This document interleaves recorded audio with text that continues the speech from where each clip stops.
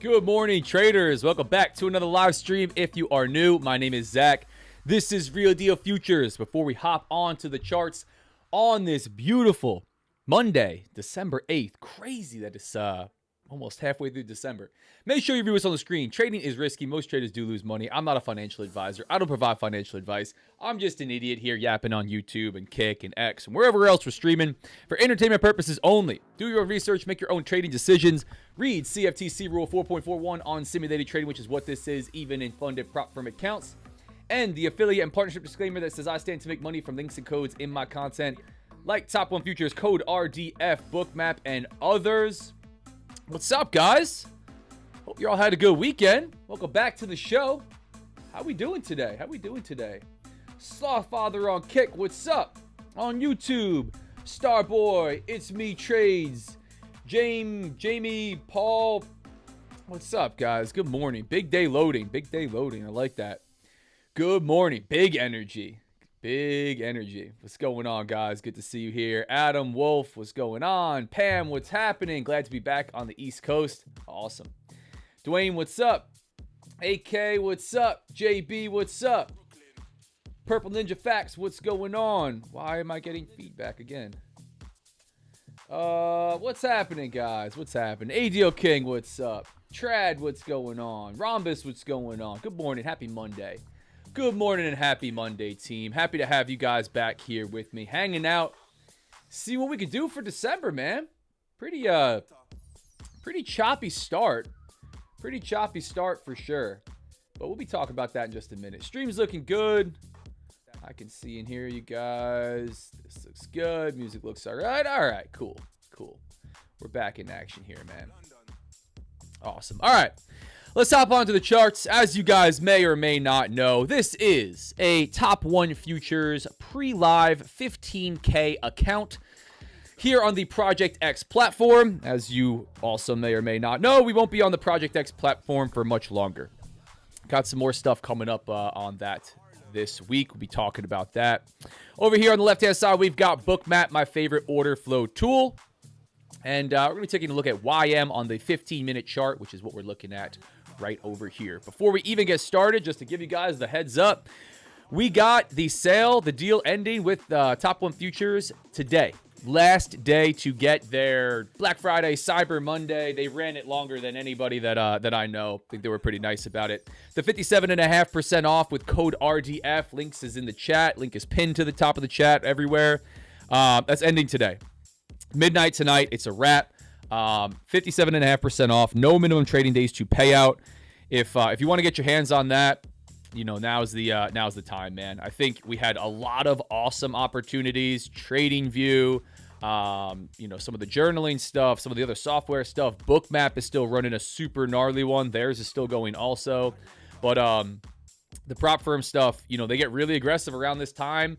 Maybe you get like a little something around other holidays, but really nobody gets close to Black Friday. So I would not miss it. Of course, I'm partnered. I'm affiliated. Do your own research. Make your own decisions. Got to find what's best for you. But I load up on everything around Black Friday that I know I'm going to use anyway. I redo all of my subscriptions. I buy out more if I can, like on TradingView for premium. 70% off or 80% off, some ridiculous number. Anyway, let's hop into it, man. News right off the bat. Let's take a look at this. Nothing. We have a complete no news Monday. Like literally like no news Monday. Not even like a no red folder. Like a no nothing. We do have some big stuff coming up this week, which is important to know about. We have the FOMC, the Fed rate, 2 p.m. Wednesday, December 10th.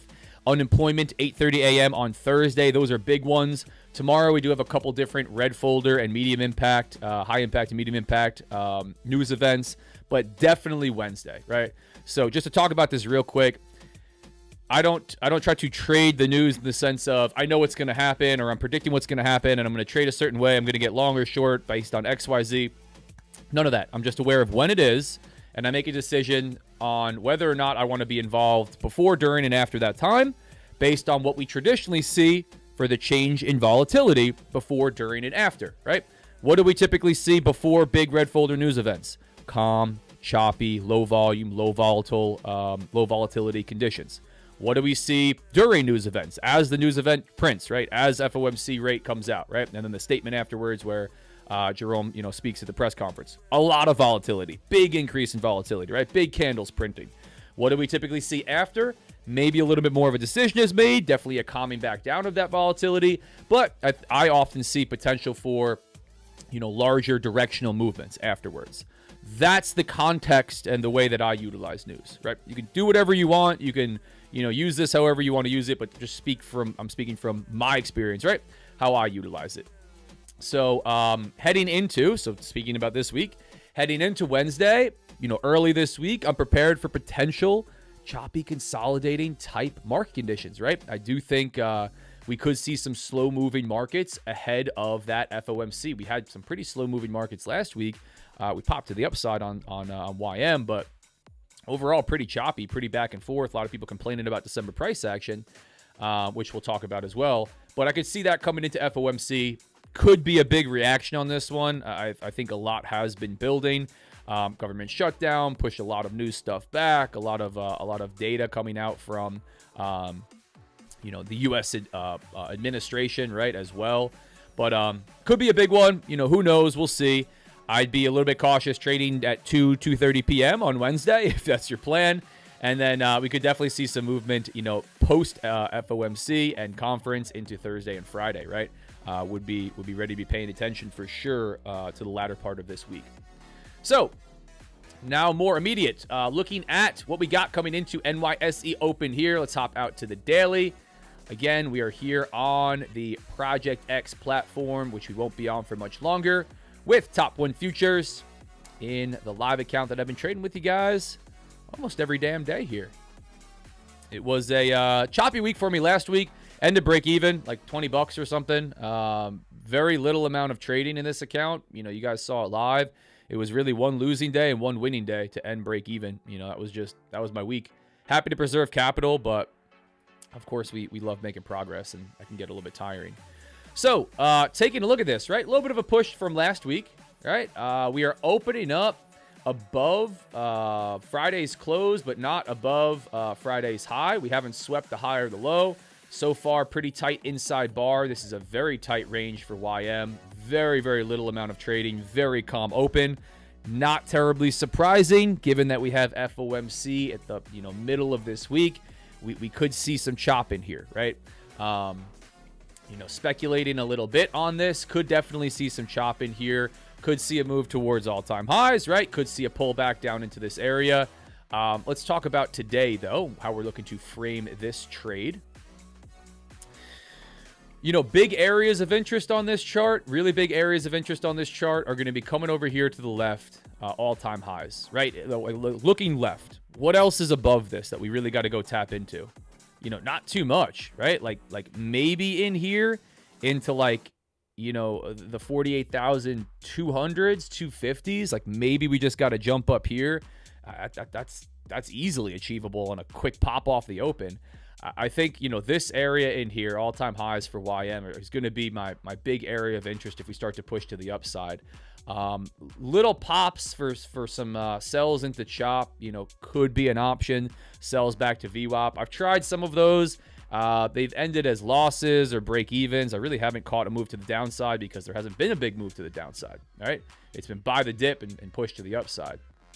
Now, if we start to sell off, as we open up right here in about 10 seconds, if we start to sell off, really aggressively, I think the move could be all the way back down here. I think a retest of this area of high volume, temporary volume point of control that's marked with this visible range volume profile, the high end of this consolidation here on the 15-minute chart. You could also see how it came into play back in here multiple times. It's a pretty key level here, right? Let's call it the 47,500 to 600 is probably where I would draw a zone here, right? If I had to. 500 to 600, right? Really encapsulating all of this. I think a move back down here before FOMC at any point this week during FOMC, I think this is really, really on the table. Even if we're going to continue the upside, might do it today. Even if we're going to continue the upside, even if we're going to, blast towards all-time highs, I see some relief, right? At least a pullback, a long wick getting put in, even on a bullish candle. And that's where I'd be looking for, right? We found buyers here a couple times right off of these highs, 47,750s, right? Area of high volume, price action, market structure. That's where I'm coming up with these levels, guys. Extremely stupidly simple stuff that I'm doing here, level to level trading. I could see that, but I really don't even love that for a buy. I really don't. I think we're gonna dip lower than that, and I wouldn't want to jump in front of selling pressure right here. For today, complete no news Monday. Again, unlikely that on any day that we don't break either the high or low of the prior day. You can see that in back testing. You could use stats from Edgeful. Looks like we're going to head towards that prior day low level. If I was going to take a really aggressive trade, man, I really don't like it as much from in here. I just don't. It's going to put an invalidation point right at this key level, and I hate that for structure. This could be the play, right? Waiting to buy a dip right off the open. It's kind of the same formation that we've had here, where we've dipped and then popped. Maybe it's right now. We're not going to come outside of this. Something along those lines to just run it towards all-time highs. But I really, coming into today, right, looked at it this morning, I really don't have beautiful structure to trade off of.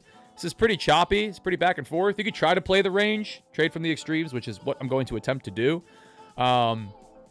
But I'm really not going to look to get involved like really tight within, a couple 100-point structure right off of the open on YM. It just doesn't seem to work out too well. I'm going to let it do its thing, try to show its hand, and then position myself. So, again, just to break that down a little bit clearer, I'd start to get interested around the 750s, 47,750s. Right down below prior day low, down into Thursday's low. This, this high from over here on the 28th. I think if we come down into that level, we got a chance for buyers to step in. If they fail there, I'm dead wrong. We are coming back down to this area. I don't have a short on this at all, and I don't see one setting up. If we, completely sell off and then push to the upside to break the high, I don't like that nearly as much for a short. It didn't work here. It really didn't work here. Didn't work in here, right? So I'm going to let this open up. That's a long way of saying I'm going to let this open up. Low expectations today, right? I know myself coming off of a break-even week into December. I'm feeling antsy. I want to get trades on. I want to push it. I'm in the live account here. Can't do anything stupid or don't want to do anything stupid. And if I don't have a good setup, I don't have, reason to believe we're going to get a nice movement out of anything and a good way to structure risk. Most importantly, a good way to structure risk, a level to be trading off of. I try not to do anything. Try to just sit patient, see what we got going on. I've watched, and it's paid me well. I've watched last week specifically in my community, some of you guys across socials, everyone getting cooked. Everyone getting cooked. Just red, blew everything. All my accounts gone. I was close to taking a payout. Now it's gone. And where do I think that comes from? Because I could just look at all of the markets. Choppy, consolidating, back and forth, rangy conditions, right? In general.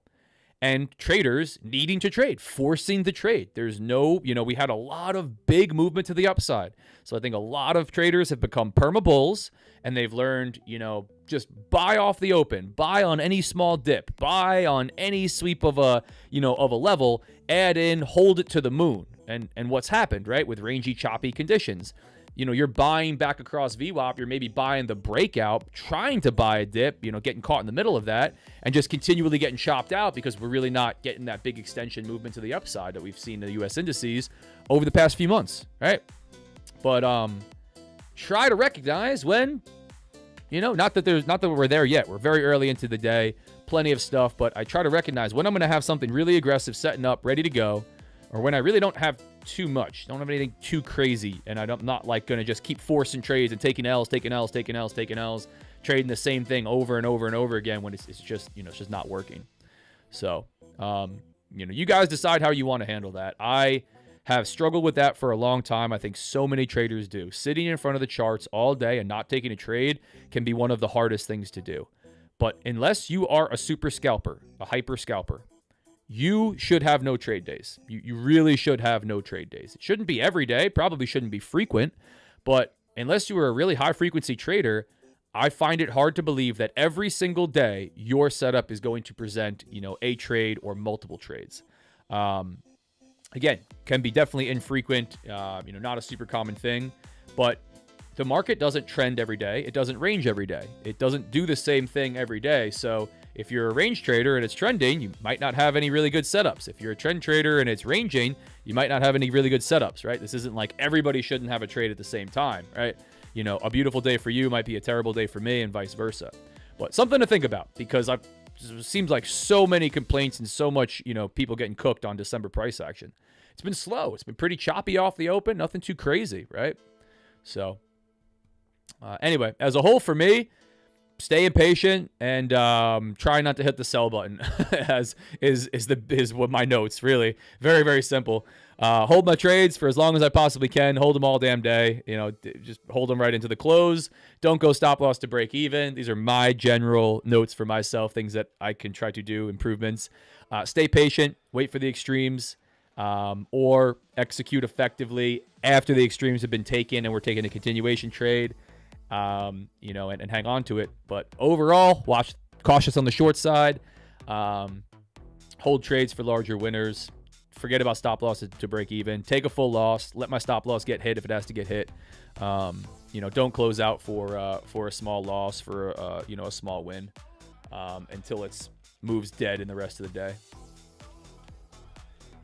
So that's my thoughts coming into today, guys. So watch this market continue to turn to the downside here. We are pushing lower here. Similar move out of ES, exact opposite move out of NQ. NQ popped at the open, put high of day in near prior day high. So complete divergence out of NQ and YM and ES. YM and ES are on the same page today. That's what we got going on. So waiting patient. Again, a lot of traders don't trade no news Mondays at all, or they don't trade Mondays. They don't trade a million different days. I don't not trade, but I might be a little bit more cautious, right? Might anticipate that chop a little bit more. So, gun to my head, I'd be long. I don't think I don't have a gun to my head, and I don't have to be long. I don't think this is a great risk structure. I think we could easily come down and tap these lows. cracking the 800s, again, I'd be interested in a potential long, because unless we completely extend to the downside, which we could, we come back up here, we chop, we turn it into a bullish day, we go back and hit VWAP. I'd prefer to buy the dip on something like this. So right in here could present a trade for me. In here, we turn to the upside. I'm really not taking it. I'm not looking to take it. No opportunity for a short at all. We just immediate to the downside off the open, so there's just nothing there for me. So let's see, maybe high 700s, about 100 points lower. I'd be interested in something. We really wouldn't be getting close to session ranges, and this would not even be a huge movement to come down here. If we came down here, I don't like the long as much. I think you would only catch the bottom end of a really bearish daily candle. So I would consider trying it. I consider trying it in here. So we'll see. We will see. We'll look for the, let's say the 775, 750s. That's what I'd be looking for. 775s, 47,775s, 47,750s, right? Down below these lows for a potential long play. This wouldn't look crazy to come right down in here. Really wouldn't look crazy. Be normal.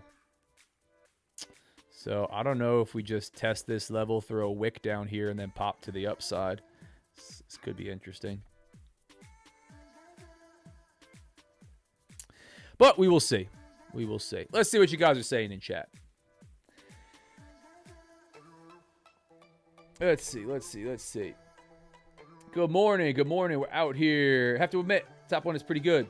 And I know it's sling compliments around easy. Just ask my wife. Yeah, top one's solid, man. One of the best opportunities in my humble, biased opinion. That's why I yap about them. I can partner and affiliate with anybody, almost anybody that I'd like. I get emails almost every day. I don't sling compliments around super easily either.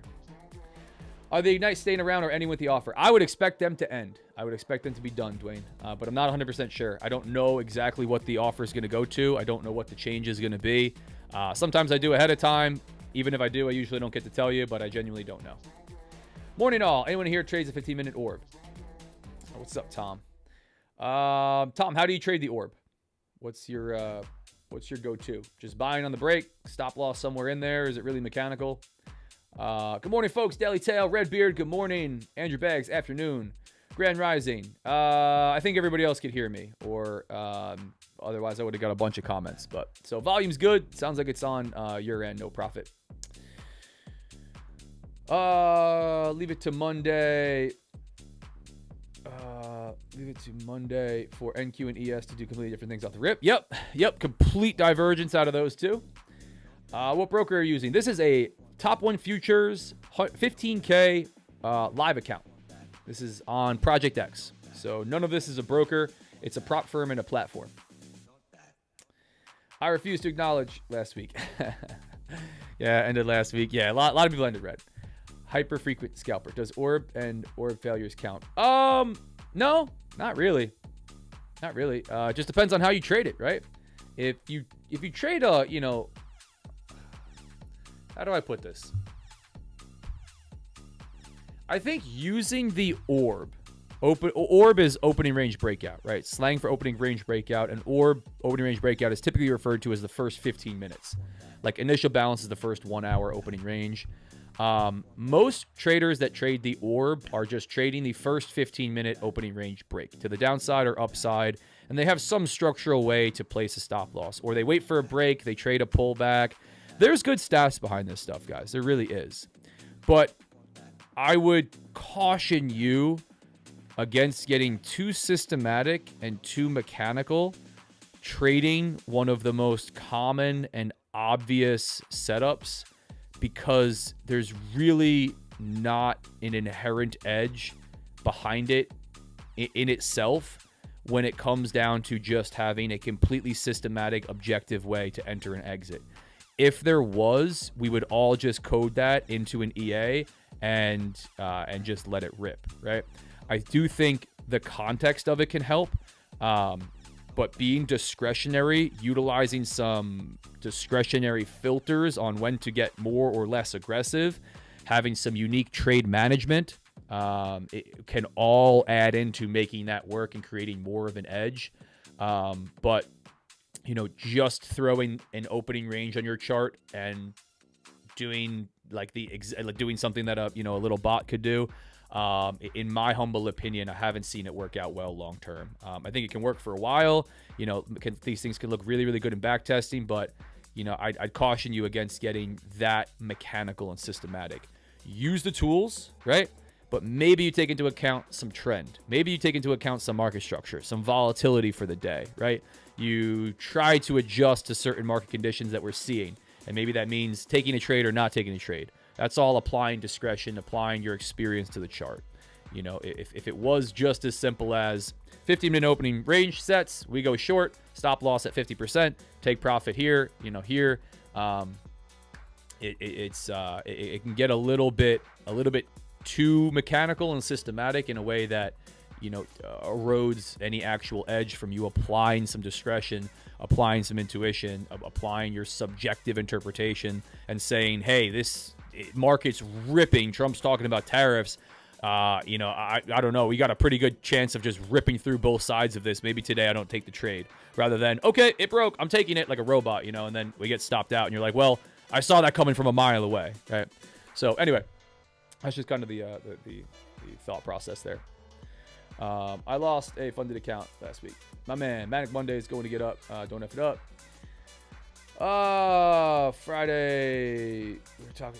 Friday worked out like a dream for me. Nice. Only reason took a small loss. Very nice. Tempting for sure. Keep tracking a bit more. Quick. Zach's looking at the comments. Hide. Yeah, we're reading comments, guys. Yeah. Again, guys, I'm still waiting. Nothing yet on this.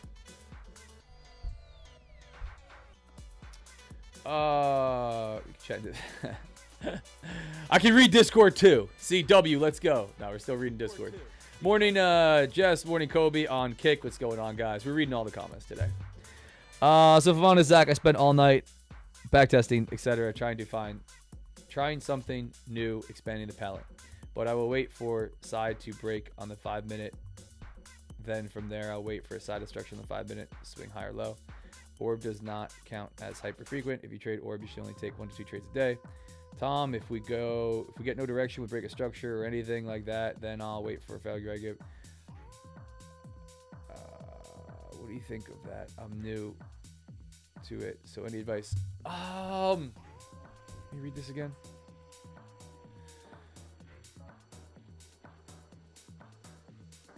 Yeah, here's my thoughts. Here's my thoughts, Tom.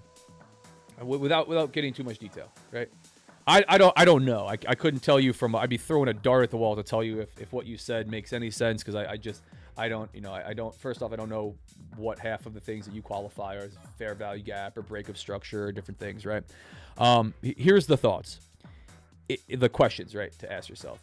Is the system simple enough for me to follow? Really simple, like stupidly simple. Does it give me a way to focus on being a good risk manager, a good risk structure? Do I have a good way to manage these trades? And then through back testing and forward testing, does this at least appear to provide an edge in the market? Does it appear to provide a win rate and risk to reward overall over a decent sample size that creates a positive expected value, right? If the answers to those questions are yes, then let it rip, right? Let it rip. I think being overly complex creates a really big roadblock. So that's why I go with simple. I think not focusing on risk management, not having a good way to structure risk, all of those are big problems for systems.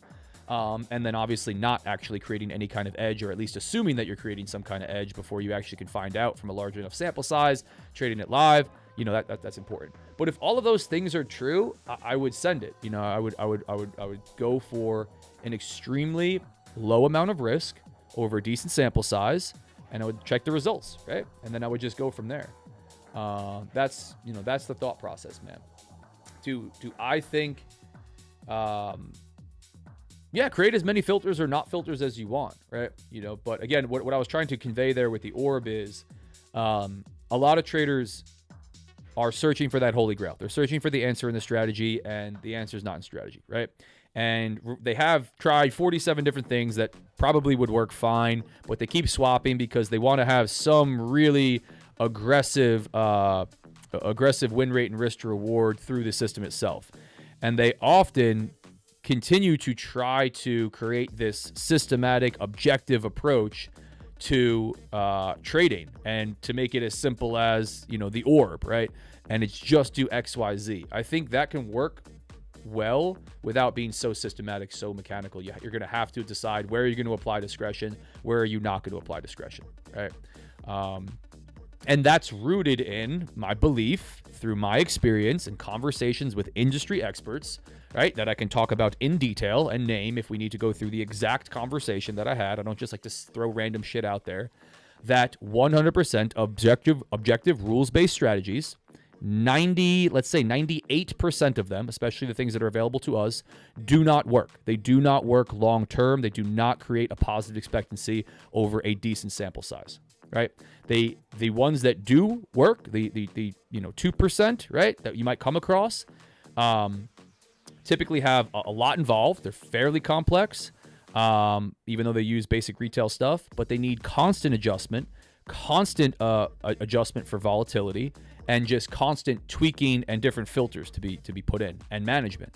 So, so that's the level that I start with, because I stayed there for a long time. If I could just figure this out, and, moving average crossover, RSI, some type of breakout, and just do the exact same thing every single day, because I could back test it and I see it works pretty good.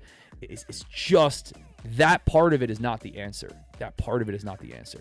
So that's why we're here mechanically trading, right? If we could do that, then nobody would be mechanically trading. We would all take ourselves out of the equation, and that's what makes sense. So again, I don't want to create a hard line in the sand. I'm just giving my opinion on that, and where some of my belief system comes from, and why I do what I do, right?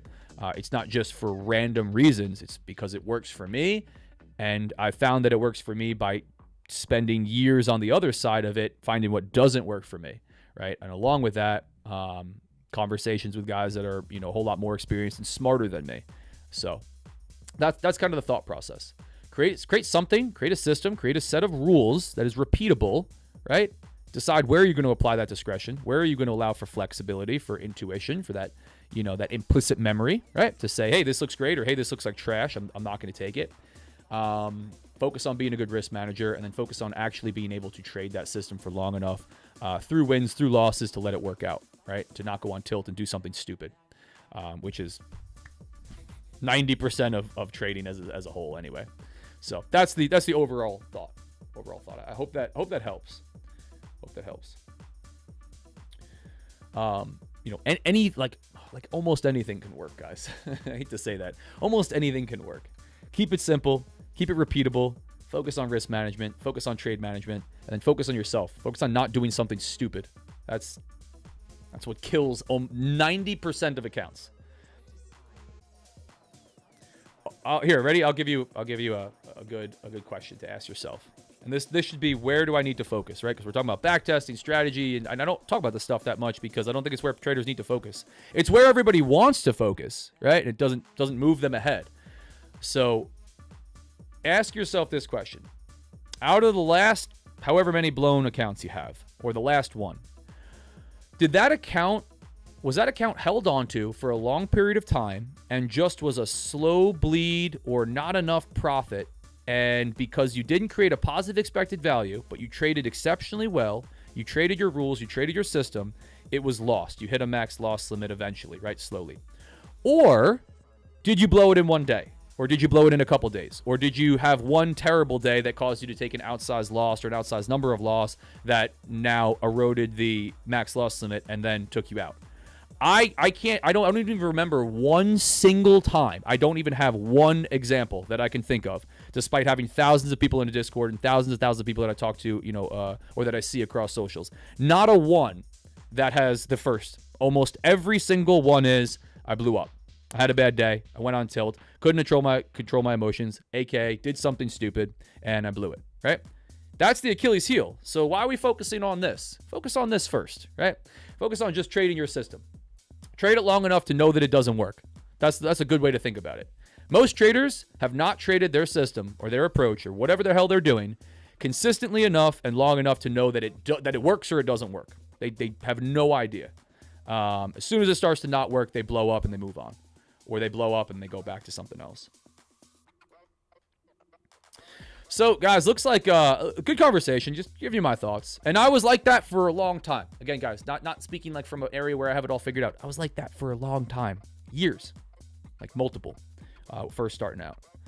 So, just taking a look at this, guys. We dipped really aggressively off of the open. Tight range, really tight range. We did not break even yesterday's low. We came down into the low 800s and then popped right back up to VWAP. So the buys are looking pretty tasty here. Could go for a continuation right through. Look for this to flip bullish and then, send it. But this is nothing. This is just nothing. I honestly, I think we just chop. This is probably a good opportunity to get in really tight within this range.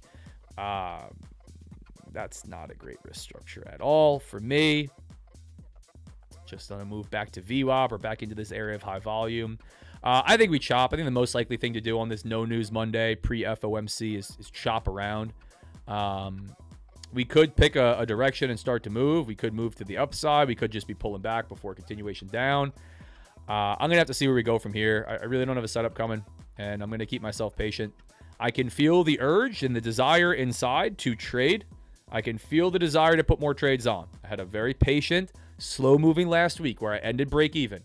It's coming into the end of the year. I'd love to have a big December. The same way we all have these thoughts, right? Here's the devil on your shoulder. Come on, bro. You're sitting here. We're trading live. Let's go. Time to put a trade on. Time to put a trade on. We ended break even. Got to make some process. Got to take a payout. Let's make some money, man. Last payout was last week. It's time for another one. That's all the crap that comes into your ear where you go, all right, bye.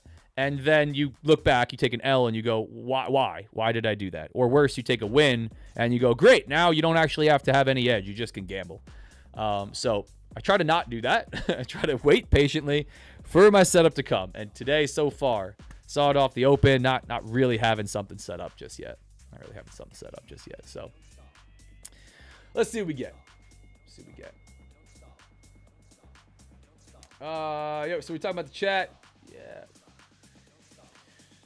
You should take a look at Edgeful stats. They can be helpful. Validate some trade ideas. Yeah, Edgeful is helpful. Edgeful is definitely helpful. It could give you statistics and a bit of an understanding of whether or not you are even on the right side of the most obvious, statistics and, maybe creating an edge. Welcome, mate. Also forgot to mention, I found my daily bias, and then if it's going with my daily bias, more of 100% trade for me. Nice. Yeah.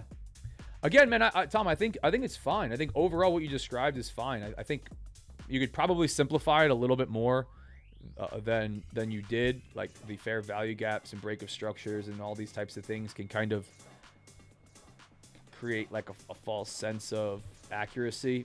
But it is important to have some clarity on when you're actually going to enter, when are you actually going to hit the the buy or sell button. And if you need that for clarity at where you're at right now, that's totally fine. But keep it simple, Pam's long at 47852. Nice. Beautiful. What an entry. Very nice. Very, very nice. Got long towards prior day low. Look at that. Bounce all the way back up. Yeah, this is the overall movement that I look for in the open, right? YM creates this oftentimes over-exaggerated crack in one direction, and then we almost always pull back before we either continue or just come out the other side. So the off the open trade is pretty straightforward. This is the same thing that we've seen every other day. So maybe I could be even more aggressive on stuff like this, but I'm exercising my patience. But nice, very nice. Daniel, what's up? XBY, what's up? Cheers, Zach. Quite good with my risk structure. Awesome. Good morning, Gus. What's up? Pretty new was more than valid. I appreciate it. Absolutely. Prod Young Arbero, what's up? Everybody stay blessed. Good trades. You know it. Nate, what's up? Confidence in your system is an insane cheat code to trading well. Yep. Swept overnight. I'm long off ES orb. Very nice. Okay, man, what do you think? What do you mean by simplifying it? Or how would you do that if you don't mind me asking? Yeah, I think I probably answered that before you answered. Just less filters, less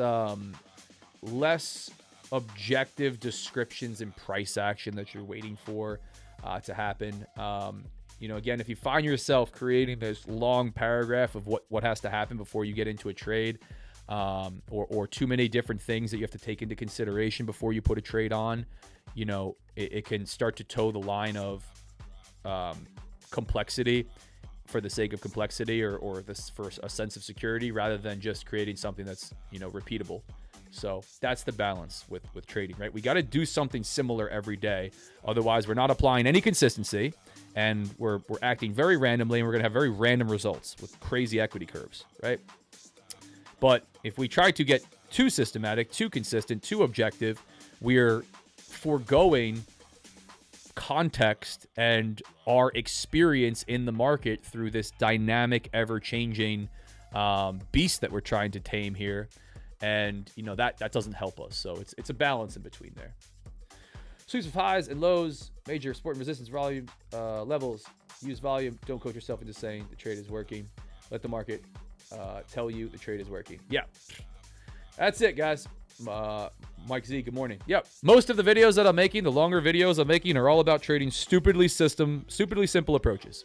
Essentially, support and resistance, supply and demand, order blocks, areas of high volume, right? These are all kind of like, everybody has different definitions for these.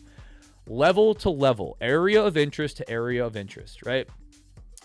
We can do, I think, a pretty good job as traders of identifying key areas of interest on our chart, where price has displayed it's a key area of interest based on how long it's hung out there, big impulsive movements off of these levels, failure to break through. Once it breaks through, big continuations, a lot of volume, some combination of price action, market structure, volume displayed on a candlestick chart, right? That highlights a level. We can wait for these levels to be hit, and then at these levels, we could have some way that we want to approach trading, right? Do you want to trade breaking through them? Do you want to trade reversions off of them? Well, do you want to wait for some kind of thing to happen? Do you want to enter right at them? That can give you a way at least to structure risk, and it can give you some consistency, some repeatability, right? That's kind of like the baseline. And then from there, you can expand to create more of an edge. But that's essentially what I'm doing here, guys, and what I think you find most traders doing. Not all. Some are trading like really aggressive order flow, momentum type trading, like very, very, very different stuff. You know, but even with all of the narratives around the craziness that you hear, liquidity and sweeps of this and that, and all of these different things that are it's all at the baseline, something so similar. It's exploiting a pattern, simple patterns in the market, right? Candlestick pattern, chart pattern, a pattern in market structure, a pattern in volume, a pattern in a combination of indicators that you're using, right? A pattern off of a opening range, an orb, an initial balance, right? It's why we talk about edgeful sometimes. Other statistic providers, they can highlight these patterns, right? That's what that is showing you. If this, then that, slightly more often than not. Pattern that plays out a little bit more often than not, right? So how can we structure risk? How can we try to exploit some of these patterns that seem to present themselves over large sample sizes? How do we manage risk so we can deal with the randomness in the short term, because these patterns cannot play out for a long period of time, even though they played out in the past very, very clearly. So that's kind of that's the big thing, dude. And again, I think this can be boring. This can be like the rant where, you know, nobody wants to hear about it. They just want to hear where to enter. Like, it's just not that easy. It's not that easy. It can be very, very simple. But understand the mechanics, the basics of what you're trying to do here, and I think you can make a lot more progress a lot quicker. Anyway, guys, coming back down towards this low, retest the VWAP here. I'm running this super zoomed out on the 15-minute. Nothing for me yet. Let's take a look at ES. ES dipped, didn't come all the way back up to VWAP. NQ popped and came all the way down. Choppy, man, really choppy so far. Right, no big continuation out of this. Back, pop to the upside, down to the low, right back up. Just kind of back and forth.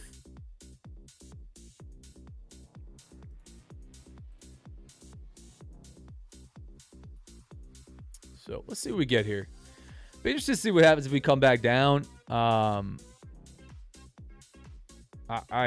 really don't know if I would want to take continuation short on something like this. I think we just kind of come up here. I think we hit this level, chop around. I think Pam got a really nice entry down here in the 40s.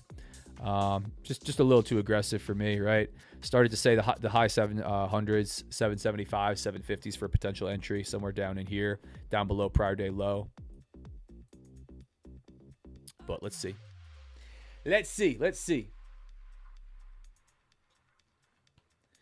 Morning, gang. Yeah, oddly like religions, all based on the same idea, just interpreted differently. Yeah. Zach, I love your background music for trading, by the way. Oh, awesome. Thanks, man.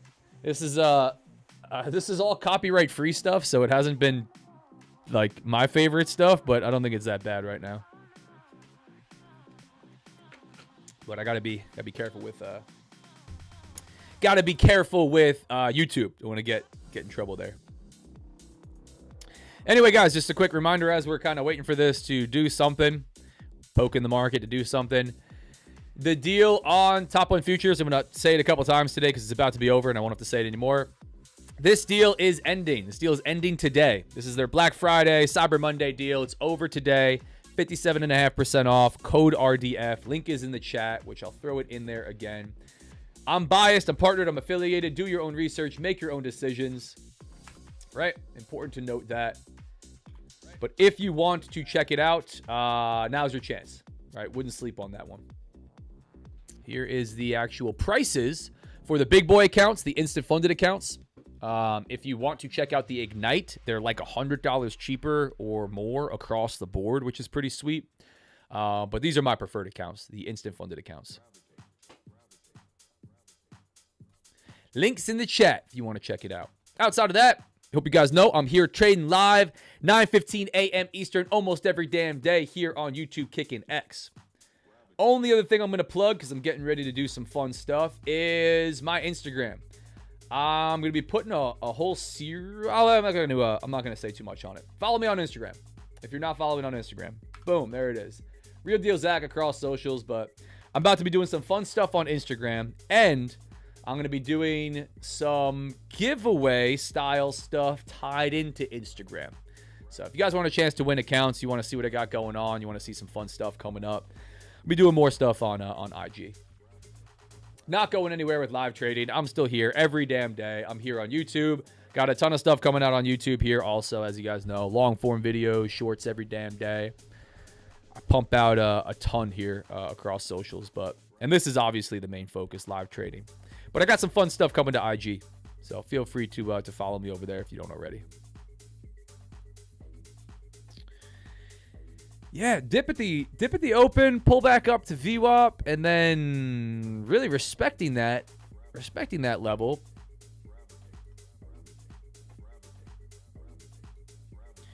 VWAP, man, coming into play as always. Yeah, I don't think we come through. I think we sweep this low. But I don't think we come through here. Let me zoom way out.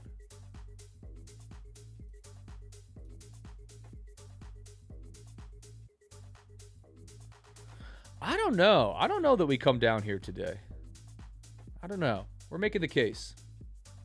I'm just, again, guys, I don't want to get caught trading a directional move on a slow open on a no news Monday before FOMC. I just, when I take an L on something like that, I go, yeah, obviously, bro. Like, what? Why? What were you doing? If anything, I think a rangy style trade, like I said, right off of the open, we talked about this before the market even opened up.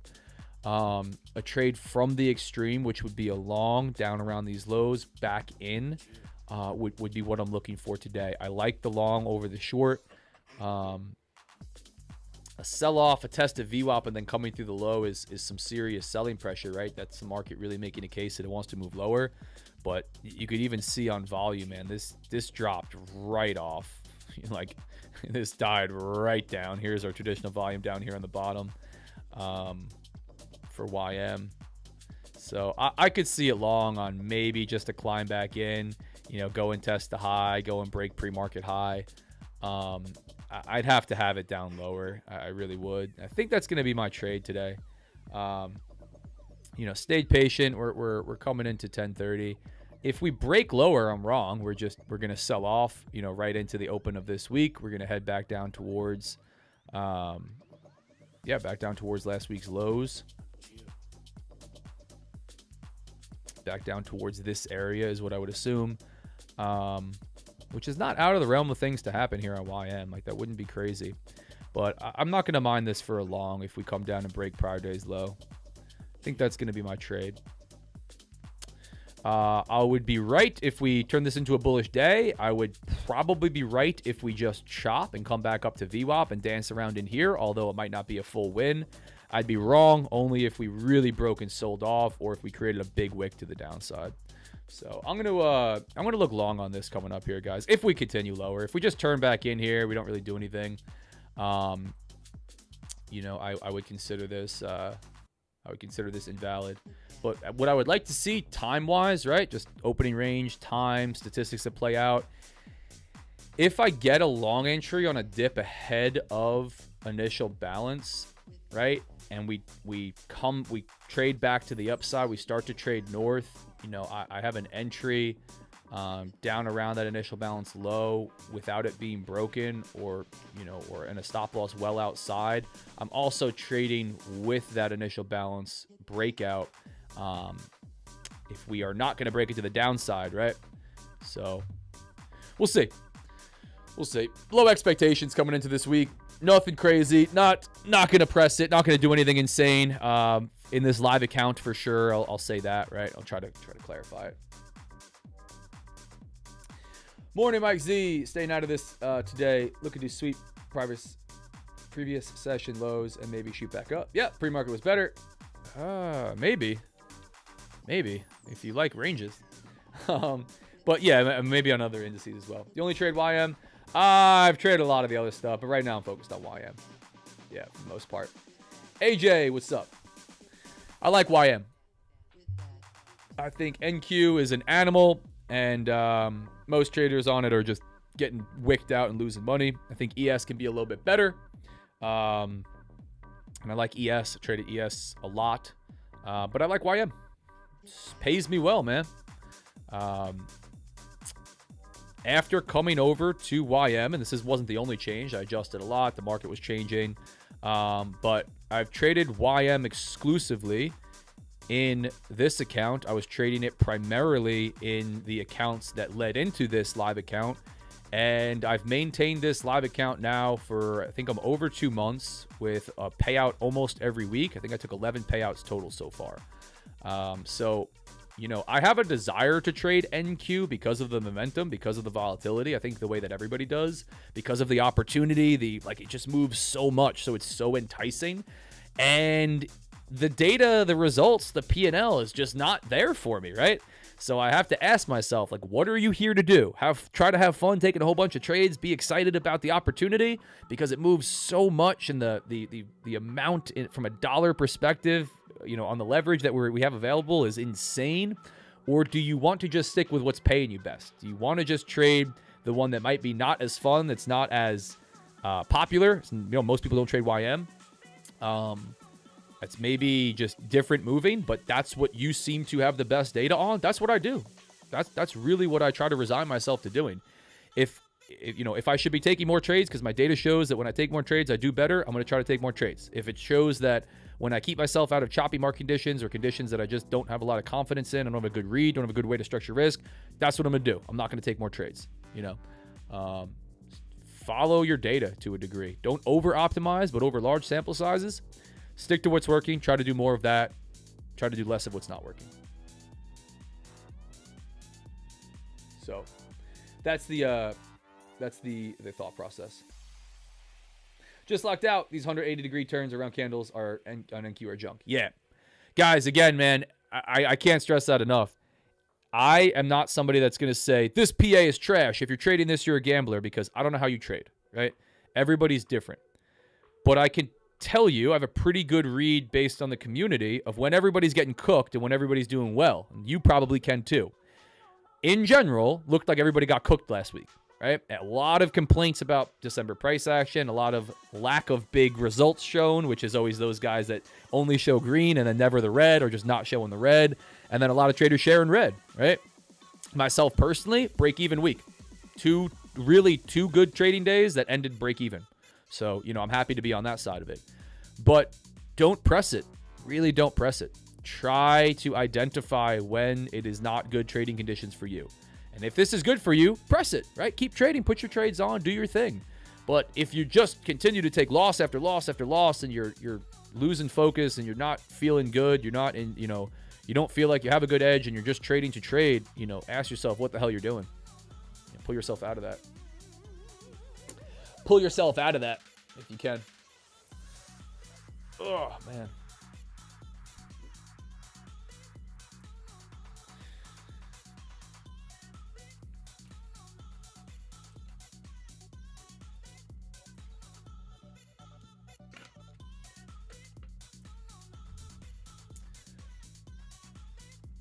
Reading a couple messages. Whatever. Kick morning, guys. Went long at Friday low. Locked in 173. Nice. Very nice. Very nice. Slawfather took a win on that one. Beautiful. Coming back down. So, this would have been a tricky trade, man. Right back down towards this low. Again, I like this long. I like this to position myself long. Not as much as if we got a big dip off of the open. But I'm going to see what happens as we start to come lower. I'm going to stick to the same level that I was looking at. Below prior day low. On the low end of this consolidation. Why? Key area of interest gives me a way to structure risk, right? Gives me a way to say, I know what I'm looking for to happen. If this doesn't happen, I'm dead wrong. I'm not just buying or selling in the middle of a bunch of price action and chop. Or at least what I identify as, price action and chop. So let's see. Let's see if we come down to around this area here.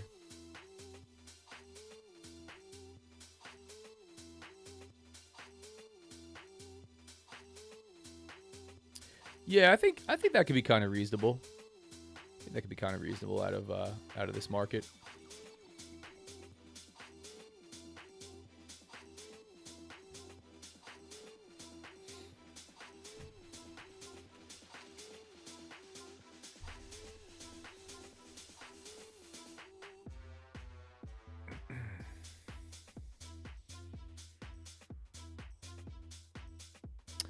Let's see what we get here, chat. Coming down around these lows.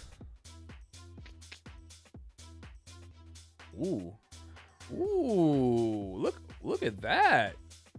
We got some. See, I'm not even awake over here. We got some orders here on Bookmap for YM. We got nothing to the downside on ES. In fact, we got quite a bit to the upside of YM. YM, we got some orders we might want to grab right here. 47,800 evens, we got quite a bit. No surprise, they're at nice round psychological numbers. 47,750s and 700s, we got quite a bit. And then we drop off to the usual nothing on YM here. Interesting. So these have been on the book too. That's interesting. That is interesting. We'll leave YM Bookmap up today. We really haven't had too much action on YM's order book, in my humble opinion. It's just a little bit harder to read or get a feel of than something like ES. But today we got some orders down there for sure. For sure.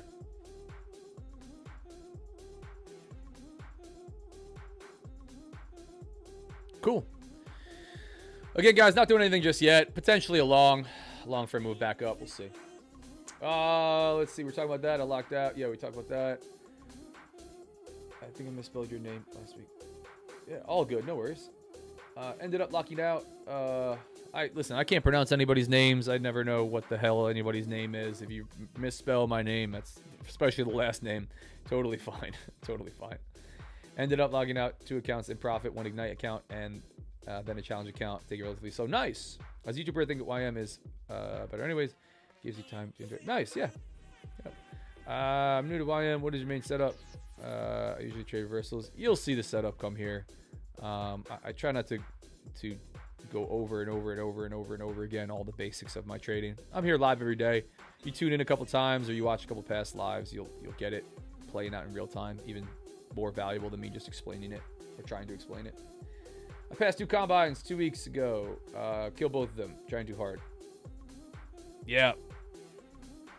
This has been my best month so far. Oh, nice. Great. XFA's Mike. Yeah, I feel you, man. I feel you. Again, if I had to put my finger on it, I saw a lot of guys really performing exceptionally well with, what works really well in trending markets, especially in the U.S. indices when we're really strong, which is just try to find a spot to buy. Just buy a dip, keep buying dips until it works out, and hold to the moon. And that's great when we're breaking out and running. It's really great. And it's a difficult habit that you do want to try to become good at. But when the market starts to chop or it just backs off doing that, we're not really breaking out and extending and running. Maybe we are moving in a bullish way, but we are really coming back down and sweeping lows. That style can just kill you. It can just really start to be painfully difficult because it really does not work well in choppy, rangy market conditions, right? The exact opposite is going to work really well. And if you're too stubborn, you're too slow to adapt, and you can't take your foot off the gas, and I've been here plenty of times, you're just going to take losses. You're going to take back-to-back losses. So the market has a funny way of doing that. It has a funny way of getting everybody comfortable with one movement, and then right about the time that everyone goes, I got this figured out, all I have to do is XYZ, because look how this would have worked last week.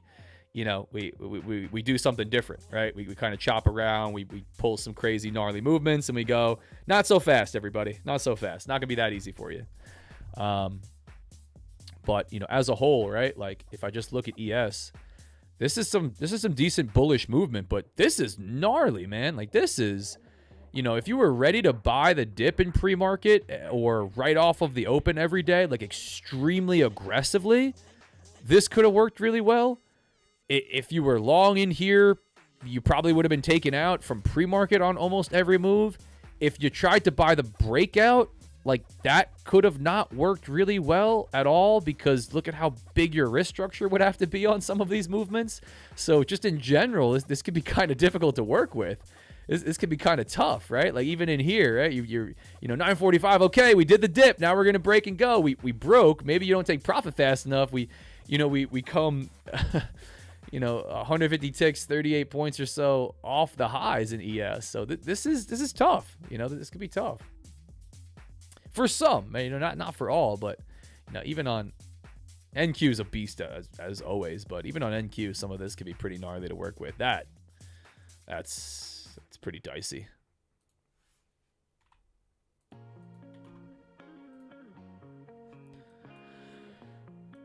Oh, let's see.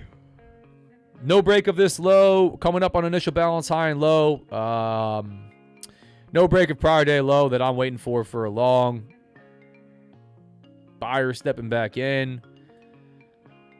Just not a whole lot, guys. Not a whole lot just yet.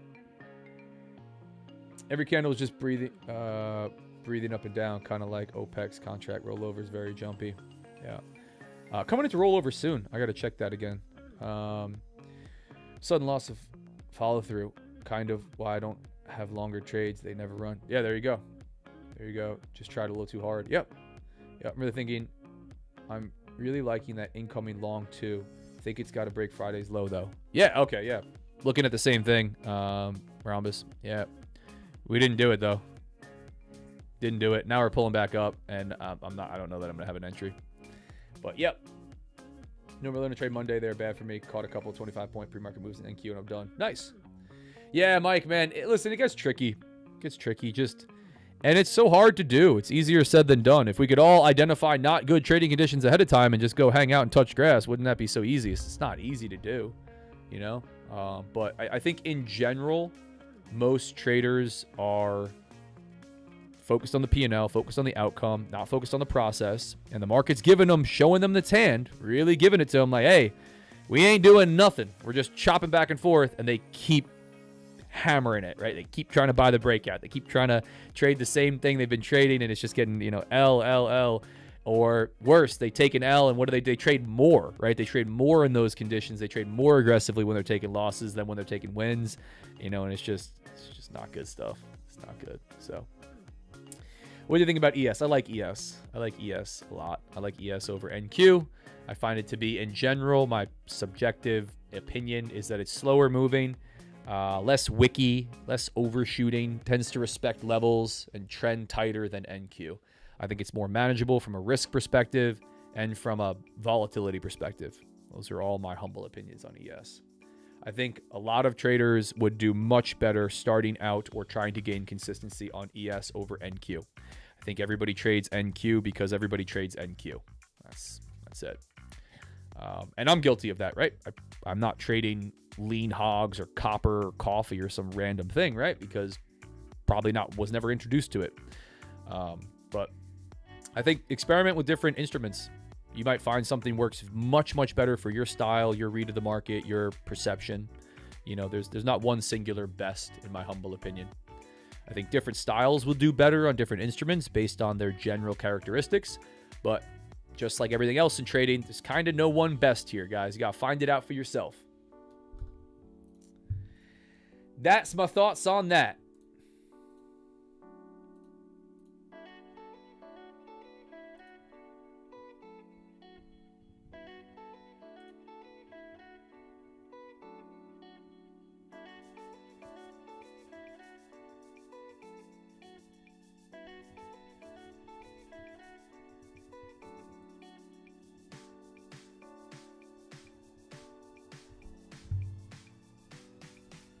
Seems like it always happens when I have an XFA and smaller scale plan. I can't power into the pops like I do in the combines. That's something to take into consideration for sure. You know, that's definitely something I would take into consideration. You know, are you changing your trading style really aggressively? You know, really, really aggressively. And you know, if you're not just getting it done in one trade with one really good setup, and then we're trying to take follow-up trades or do something totally different, you know, those are two different things with two different results, you know? So I think definitely be aware of that. Definitely be cautious of that. Yeah. ES bid ask is usually 1 point spread, and Q could be 3 to 8. Yeah, you get more of a spread. Like, let's see what it's at. I don't know that it's usually, I would say, yeah, 3, 4, 5, right? I don't know that it's 8 or so. Futures is usually pretty tight with spread, but as we start moving, for sure, right? As we get really, really aggressive movement, which we are right now, starting to push to the downside here in NQ, push to the downside here in ES.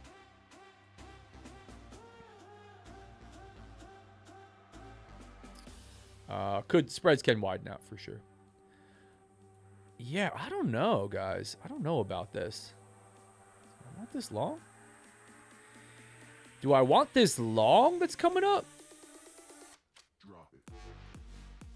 Kinda do. If we can get an entry on this one. High 700s was what I was waiting for. Let's see what we get here.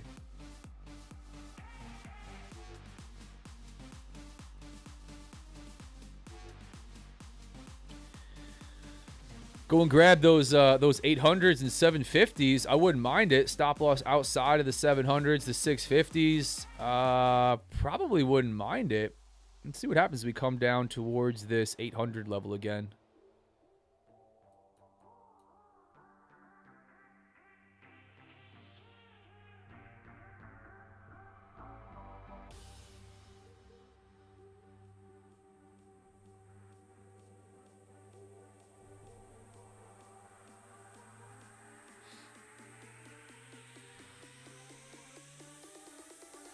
Let's see, chat. Let's see.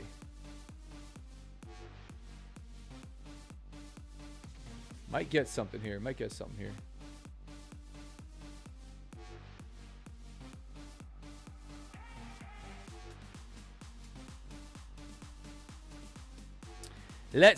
see.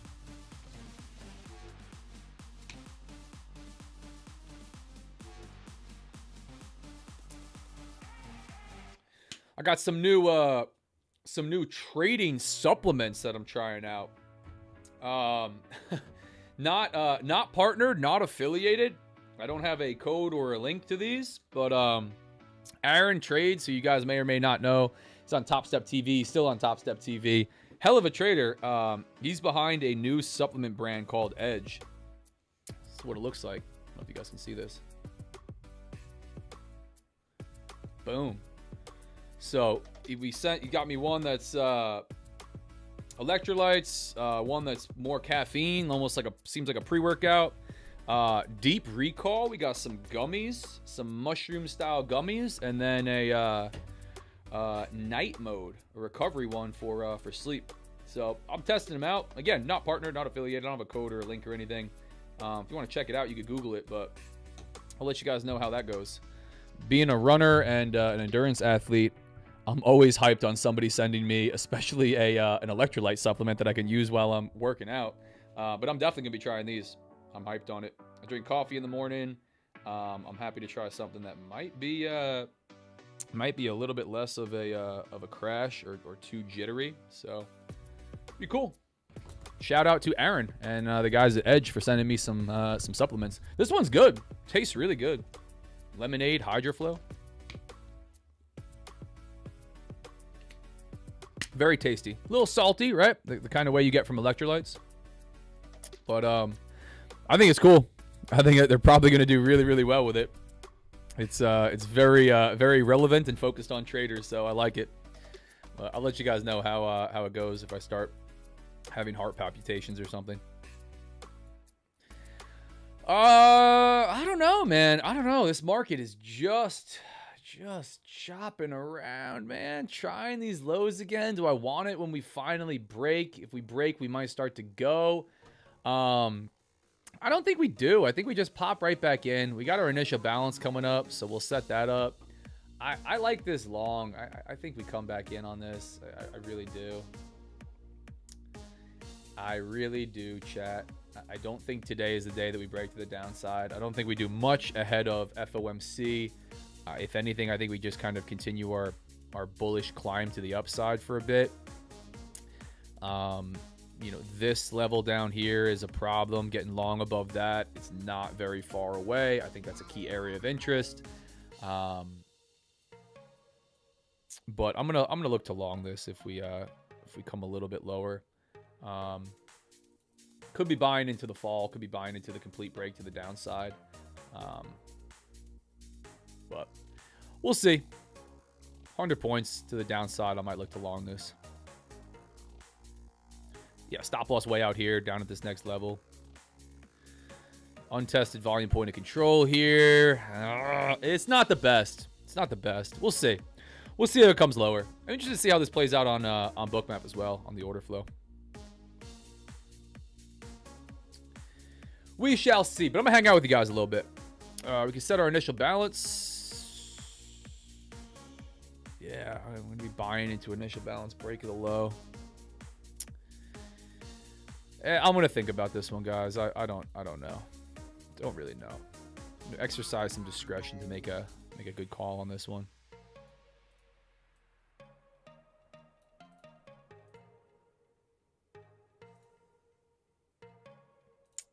There is our, I mean, not a ton to work with here.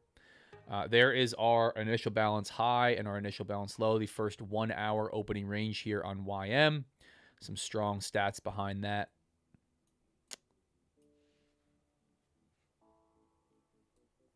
We shall see. Wolfsback, what's up?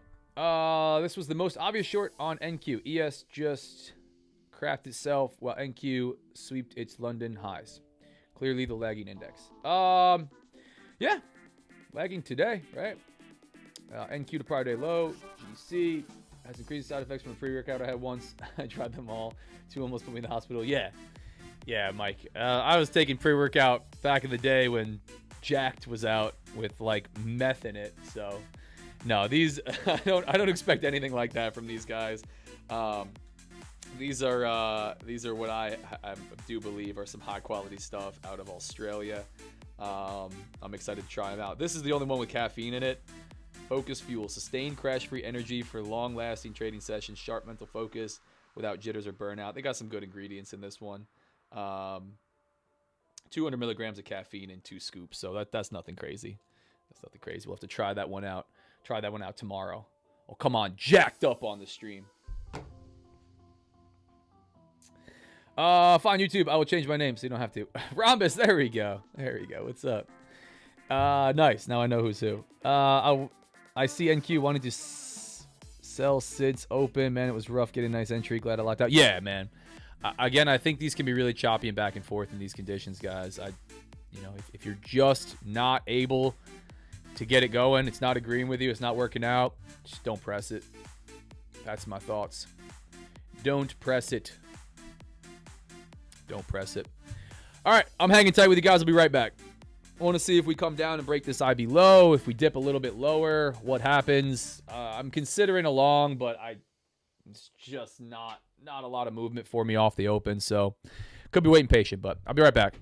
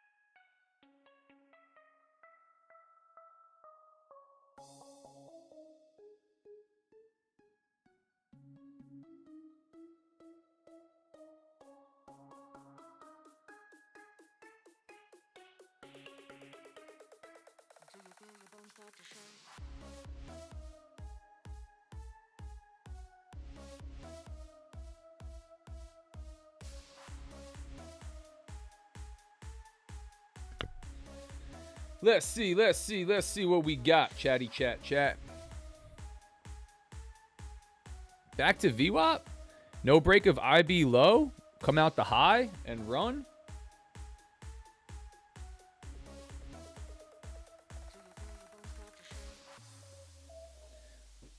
This is interesting. Got some ducks in the chat. Wolf says creatine. Yeah, creatine's good. Creatine's good. Long MES. Okay. Yeah, this is going to be an interesting trade, guys. Gonna be an interesting trade.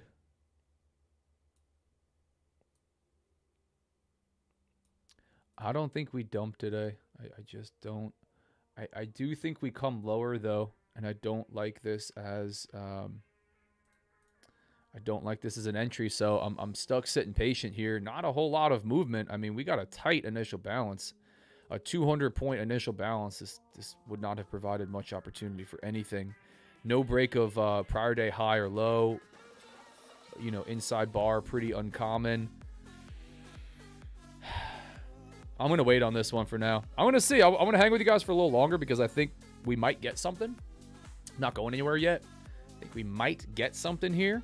But for now, nothing. This is just not it. It's not it, as the kids say.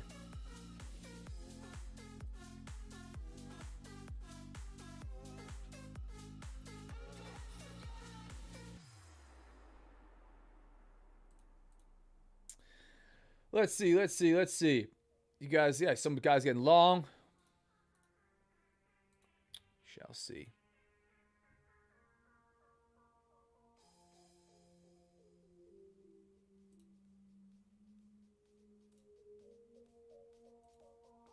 We shall see. Checking a couple messages here. Had a couple alerts go off on the stonk accounts. Let's see. Ooh.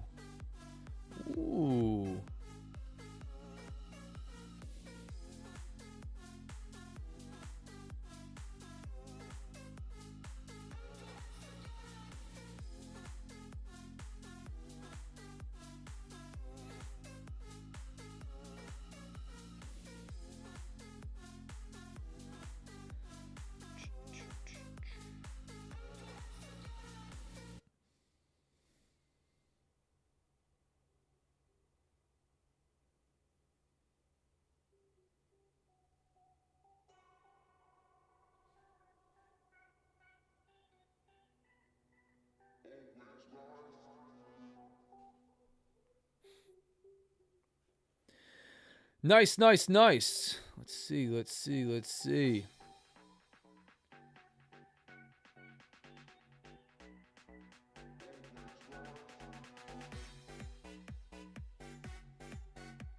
Got a ton of people on X. What's up, guys? What's up? What's up?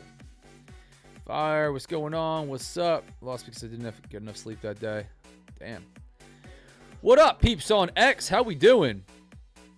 Welcome to the show. Welcome to the show, everybody.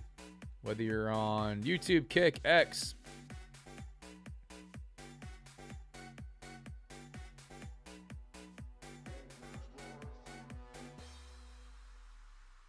Welcome to the show. Appreciate you being here. Yeah, man, I think this comes through the high. I think this comes through VWAP. Damn. ES catching a little bit of buyers here, a little bit. Not at a completely dumb spot either, right? Right down into the top end of this area of high volume. NQ, a nice dip and a pullback up. I mean, if these let go today, this could be really ugly. This could be really ugly. We could be in for just kind of pulling back off of what we did last week. And I could be just patiently waiting to buy into the drop today. You know, so far these are looking... I gotta stop doing that. Hang on. Yeah, there we go. You gotta be careful right-clicking. I'll tell you what I was just thinking to articulate this.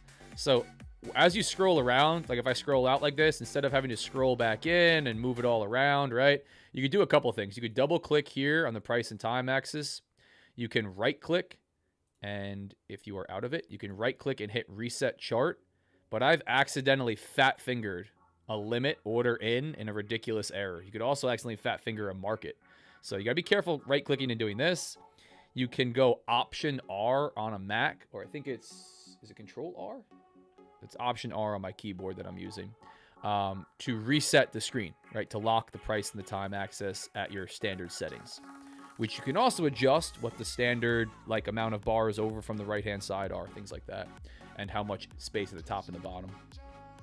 Anyway, little keyboard shortcuts on TradingView and Project X. So what I was getting at here is... ES looking kind of weak. Still an inside bar for the daily. NQ on the daily, same thing. No sweep of prior day high or low. Not really looking like too much of anything. Like these are bearish to start, but this is just not a lot of movement. Very, very similar on YM. You know, again, not crazy, not unexpected before an FOMC. Is why I started the morning out.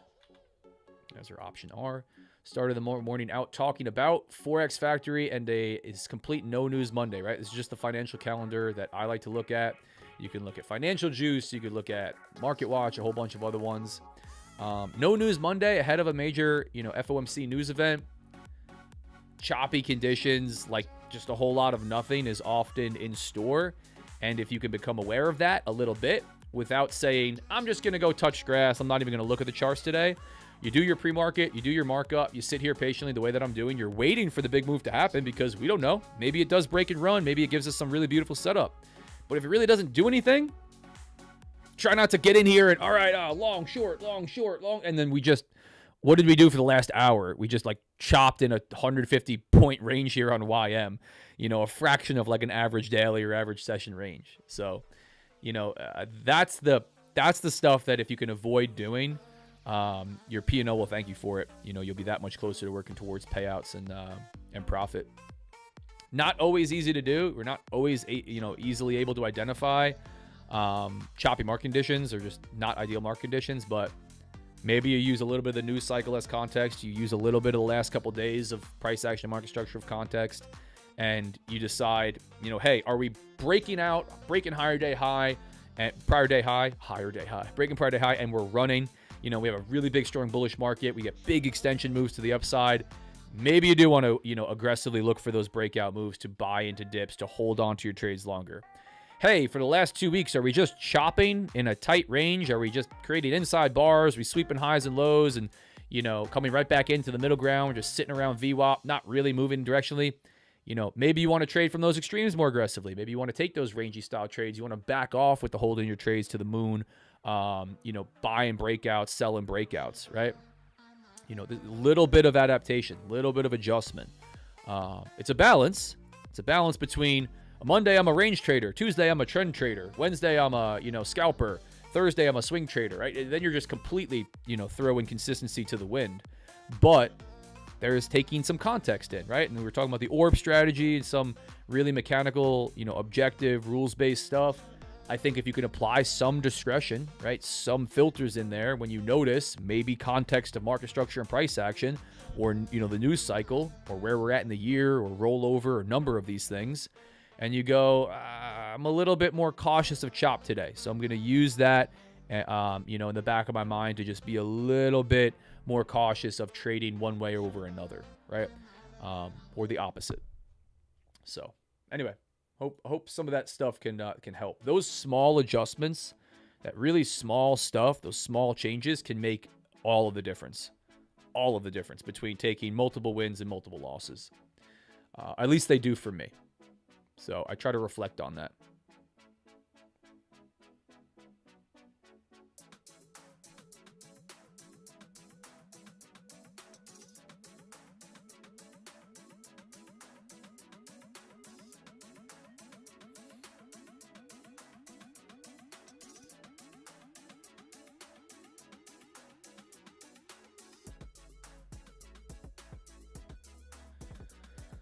Let's see. Yeah, the bad part about this potential long setup is I'm trading against the orb. I'm trading against the initial balance, trading against this opening range. We put the low in second. We're more likely to break this first.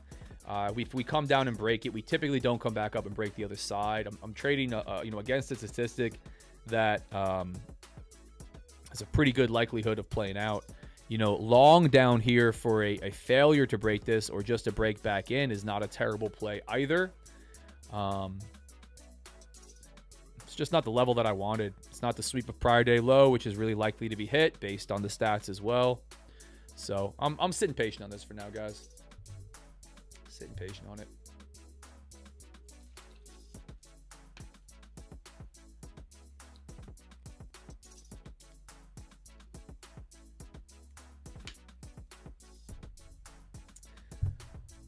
Let's see. Long ES. Actually, there's a lot of good benefits. I've been reading about creatine. Not just for working out. Yeah.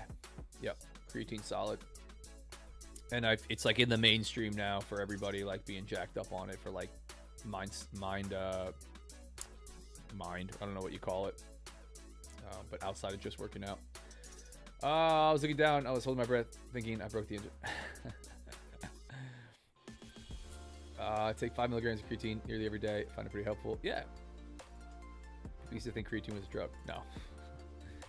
I told someone to take pre-workout with creatine. Someone asked me why I was doing drugs. Yeah. Fat finger entries. Well, sir, shows what you know. I could argue all of my trades were fat fingered considering how they work out. Yeah, it's always a good excuse, right? Oh, my cat jumped on my keyboard. Drugs are bad, okay? We get the South Park reference. If anyone uses TradingView for charting, check out Spaceman BTC key levels on the indicators. Yeah. Yep. Great suggestion, Mike. Great suggestion. Automatically plot a bunch of key levels. Is anyone who is using Project X switch over to one of the others, Trade8 maybe? Yep, I've been testing on Trade8. Been testing on Trade8 quite a bit myself. We were trading some accounts on Trade8 last week, showing some of that. Yes, I use Trade8. Don't ask me anything about it. I don't know anything about it. I only know. That's funny, Wolf. Yeah, coming up soon, guys. We're all going to be off of Project X. Project X is ending support, if you didn't know, from prop firms coming into February next year. So we'll be off Project X. Still hanging tight with you guys on this, man. I'm trying to make a decision if we come down and break this low, if I want it at that point.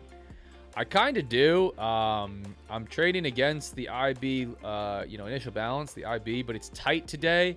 I think on a tighter day like this, it is much more likely to break both sides. If I took a long from down here, I don't even need the high to break to generate a potential positive R win. But I would be trading against that breaking out to the downside. I would be fading that breakout. of 2 stats starting, and or the first one holding true and the second one starting. So I'm cautious of that. I am cautious of that, but I'm still liking my longs around the 75s, high 700s, down below prior day low, maybe right into the 800s. Again, slow moving market, choppy market. I'm going to try to trade from the extremes if it presents something. If we just come back up and chop around, nothing here for me.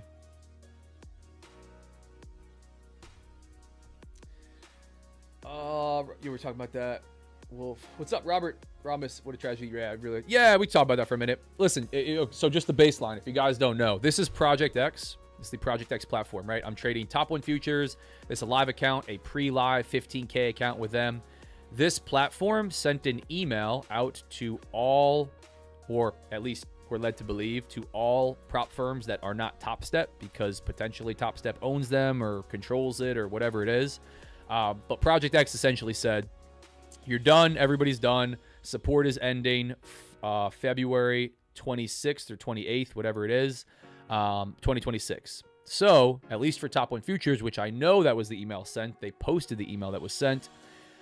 They have Tradeovate, NinjaTrader, and TradingView added, which we're super stoked about. Here is the information pinned to the top of the chat. But it seems like if you're going to be trading with prop firms, you're going to have to get comfortable with Tradeovate, TradingView, NinjaTrader if you're not only going to trade with Top Step, who is only offering Project X. For me personally, we'll talk about that. I've traded on Project X as soon as it rolled out to everybody and it was available as Top Step X from day one, actually. I like the user interface. I like the TradingView chart. I like the functionality. I like the risk settings. I like the way everything displays. I like the reporting, right? I really do like all of that. It's missing some key features, and slippage and fills seem to be questionable. But what I don't like, and what's making the transition to a new platform for me personally easier, is the lack of reliability. I don't know if you guys have paid attention, but over the last few months and now to a weekly point, Project X, and specifically on Top Step, has had an outage, a major, like what you would call like a fatal error, right? Or a fatal issue where accounts are blown. Major outage where it goes black screen. You're not able to enter or exit or manage trades. And that's going to happen on any platform. So let me try to be unbiased here across the board. That's going to happen on any platform. It's going to happen eventually, no matter where you're trading. There's going to be some kind of issue, right? But to have it happen on a near weekly basis across the board, like blanket, is just, in my humble opinion, not, I've lost trust with that, right? Not reliable. It loses the seal of reliability. It completely throws it out the door. I thought people were joking last week. I really did. I was laughing on the live stream. I thought you guys were joking when you were saying that. And I was like, no way. And, I go over and I see on their Discord that everybody's blowing up. So, for all of those reasons, even if it was still going to be available, I would have to seriously be questioning whether or not I wanted to continue to trade on a platform that continues to have outage. And to all of the prop firms and Project X credit, I will say they've tried to manage it as best as they could. They've tried to give back accounts, give resets, right? Give back funded accounts. But that's not enough. That doesn't prevent somebody from going on tilt after having the issue. That doesn't give you back a beautiful, huge trade that you might have had in an XFA had that not been out, right? And you missed an opportunity, so I don't know anybody arguing for outages being a good thing, but it's just a problem, way too big of a problem, widespread. Maybe that's the reason that they're taking away, it from everybody else. Maybe it's because, some business decision based on their part. I'm not going to I don't need to do the tinfoil hat thing or to even give my insight and not just be a tinfoil hat. But the baseline of this is whatever the reasons and why you think is happening, it's happening. If you're trading on Project X, you will only be able to use it at Top Step. If you want to trade at all the other prop firms, which I'm sure everybody does, you're going to need to get comfortable on another one that they offer. The industry leader, obviously, like the big one in the game, is Tradeovate and NinjaTrader, which are the same company, by the way, or NinjaTrader owns Tradeovate, or however it works. And actually now Kraken, the crypto exchange, owns all of them. But TradingView, you're able to log in and trade from Tradeovate on TradingView. So between those three, you've got a pretty solid option for something that you would be able to use across multiple firms, right? So me personally, I'll be getting comfortable on Tradeovate through TradingView. That's going to be my plan of attack, right? I'm a Mac user, number one, so Ninja doesn't work for me. Tradeovate is really cool and so many advanced features, but it is very different than a TradingView chart. And I'm probably going to deal with the lag on TradingView and trade directly through a TradingView chart with you guys here, logged in through Tradeovate on my my prop accounts. That's going to be my game plan overall. And, you know, I think you should think about it. It's not drama. It's not speculation. Like, this is what's happening. So I'm a trader. I'm doing well. I'm not doing well. Whatever, wherever you, I need to adjust, right? How am I going to continue to adjust? And the prop space changes quickly, guys. Trading itself, the trading space changes quickly. The markets all change quickly. The traders that continue to do well over long periods of time are able to adjust. They stay flexible. They're able to, you know, move and be able to take advantages of the opportunities as they present themselves, and to be quick enough to come off of stuff that, you know, that is not going to present a good opportunity anymore. So it's not fun. I'm not looking forward to not trading on Project X. I would be lying if I said that. I am not, right? It's the same chart that I've been staring at for a long time. TradingView is extremely close. I'm going to set my TradingView up chart exactly like this, as close as I could possibly get. Same colors, same indicators, almost the same everything, right? I already do look at TradingView and utilize that for a lot of the other stuff that I do on the side. But, you know, it is different, right? The way the candles print ever so slightly different. The way the P&L displays, all of these things are different. And as a discretionary trader, those subtle nuances are important, right? Kind of like me used to race motocross, right? You could put me on the exact same year bike, same make, model, everything. If it's not set up to me with the exact angle and, you know, where my controls are and the suspension settings, right? Even though it's the exact same bike, it's very different. Like, I'm not going to win, right? You know, they talk about Formula One drivers moving their controls on their steering wheel by, you know, tiny fractions of an inch, millimeters, right? Because that type of setup is extremely important. And I kind of equate that the same way. Maybe not as serious what we're doing here. Trading's the same. You know, if you're good on one, you're good on all. There's comments like that. But, you know, if you are trading intraday or swing trading, whatever it is, you probably want to train your eyes, right, to recognize whatever it is you're using to trade, to manage risk, to structure your trades, to trade, you know, manage your trades, and constantly changing that, or changing that even once, is difficult. You're going to have to adjust. Right? You're gonna have to train your eyes on a different setup. That's an adjustment period there for sure. So, but prepare for that. Decide how you want to handle that, and you know, make a game plan for that.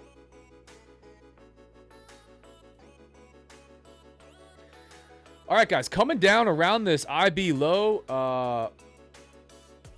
ES breaking to the downside. NQ breaking to the downside.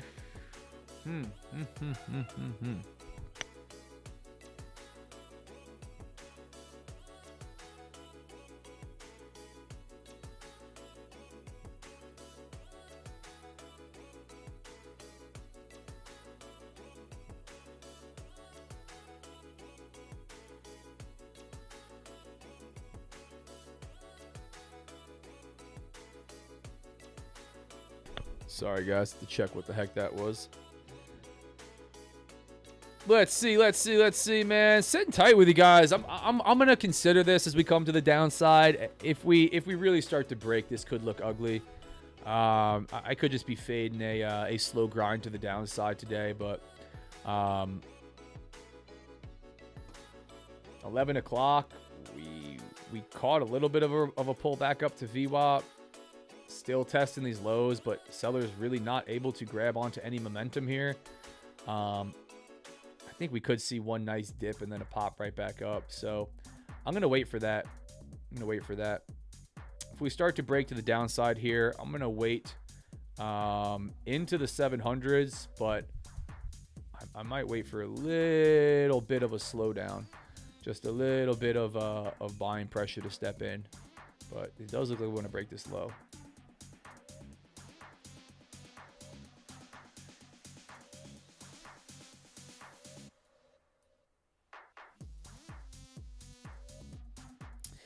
Let's see, chat. Let's see. Anyway, we're talking about Project X, talking about Trade of 8. What a tragedy ever like Project X. Yep. Market sideways today. I'm learning Trade of 8 a bit more, and it's silly, but I like changing the background.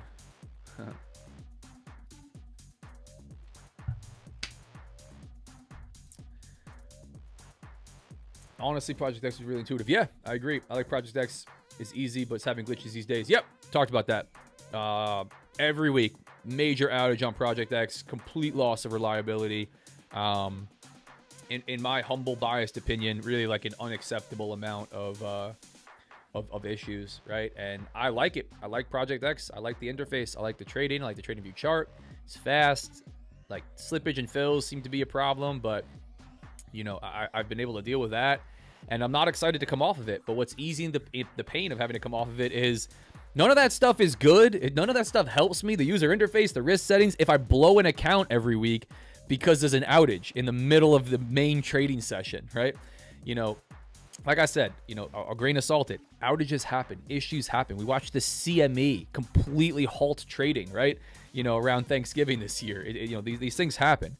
All platforms are going to have issues. All prop firms are going to have issues at one point or another, right? Nobody is 100%. Look at the AWS outage, all of these things.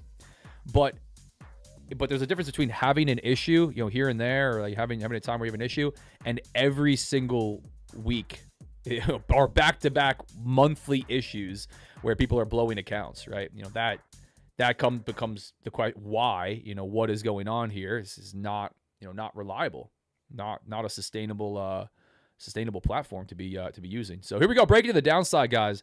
Right into these 800s here. Let's see. Testing the 800s. Hello, 800s. Welcome to the show. Let's see. Trading the 800s, 803s. ES and NQ still breaking to the downside for those of you that are trading them. Was looking for a long in here, potentially into the high 700s, man. I'm cautious this could pick up steam. I said 775 to 750, so my area of interest is going to be right here. I definitely am not going to jump the gun. Let me be exact with it. This was the area that I said over and over again, which is right below prior day low in this area of high volume, right? Coming off of this high right here, also near this December 4th, Thursday low. Could see it in there. I think that could give me a way to structure risk. If I'm wrong, I'm dead wrong, and we just sell off, and just a short trade right off the open would have been nice. You know, potential to come all the way down in here.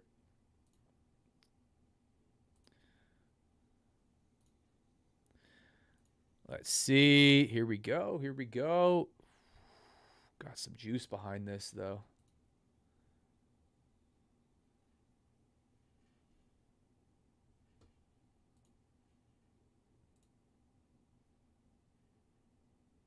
What the hell happened to my music, man? Right at the same time? Why did my music die?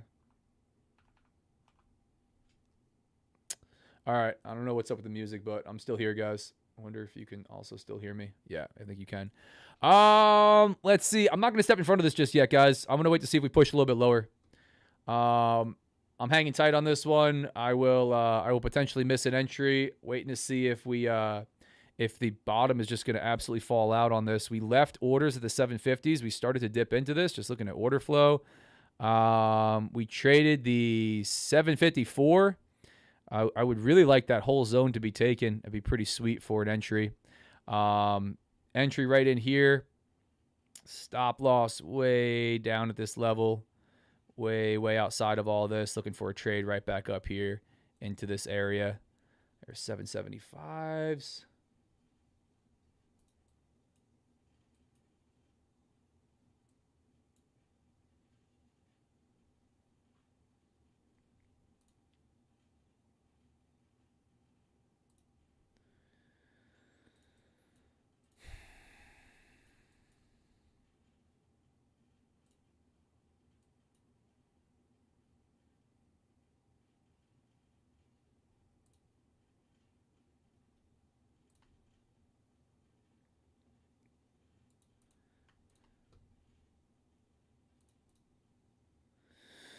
Just giving this a little bit of time up here. Little bit of time up here, man. I think we could start to go. We could really start to roll over here. I'm going to be cautious of this. I still like it long. It's the area that I was waiting for all morning down below this low. Again, I'd be fading this initial balance break to the downside, which I really don't love. Stop loss all the way outside of this liquidity here. Where's the 680s? All the way down here could be a problem. But I need the 750s to get taken out here. I really need the 750s to get taken out. We just tapped into this low. I want to see a little bit more of an overshoot to jump in and fade this. Otherwise, we come right back up, and I'm not in. I don't want it. I want to see a little bit more of a push to the downside here if I'm going to fade this.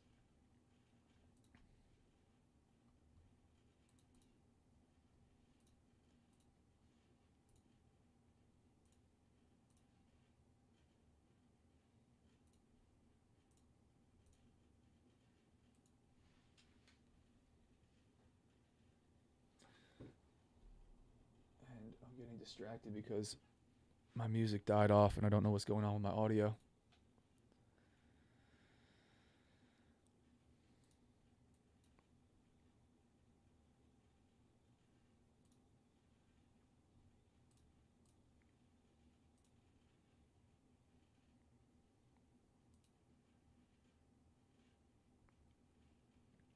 Got some buyers trying to step in here. All right, let me pay attention. Got some buyers trying to step in here, man.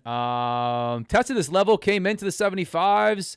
Starting to catch a little bit of buyers back up towards this IB low level. That could be the trade that I am distracted on now. Yo, can you guys hear me in chat? Somebody let me know. Because now I'm looking at my audio and it's jacked up.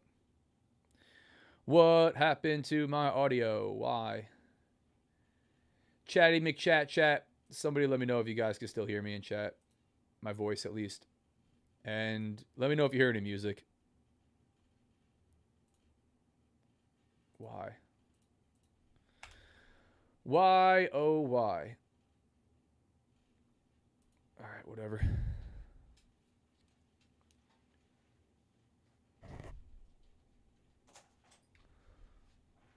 Let's mess with it.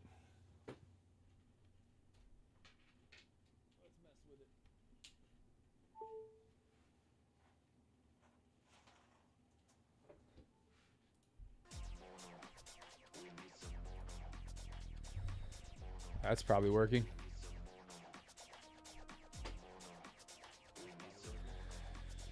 All clear, no music, voice good. Yeah, okay, thank you. Let me know if you hear music in the background now.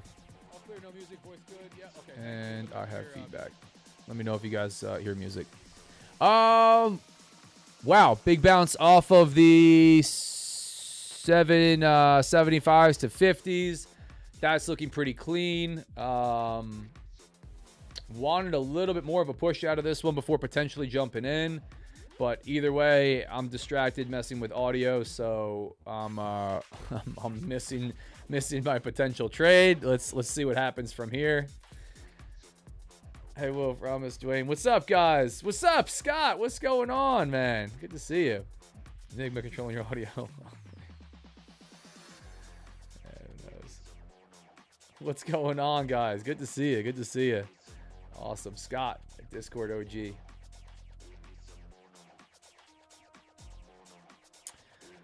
Wow.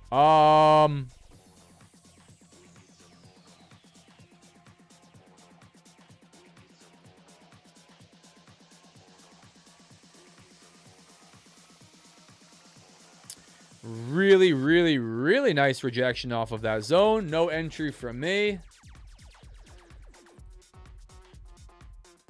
Wow.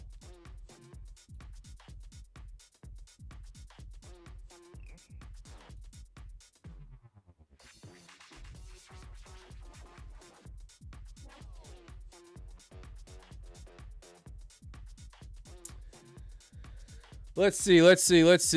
Right back to IB low here on YM. ES catching a little bit of buyers after coming into a decent level right there. Maybe this is going to be All we've got to do on the day, waited patiently for this one to continue to the downside, hit an area of interest. No execution, was waiting for a little bit more. Wanted to see the 50s taken that we didn't get, but to be completely honest, just really distracted looking at audio and music, which I still can't seem to figure out why everything died out on me. That's hella frustrating.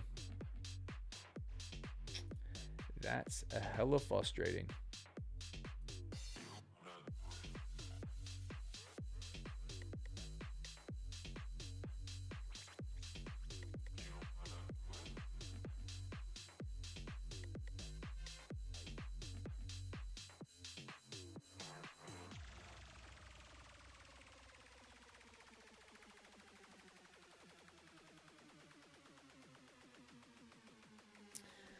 Yeah, so I'm going to wait to see where we go from here, guys. Obviously, some serious buying pressure right off that zone, right off of sweep of the December 4th low, right into this area of volume here.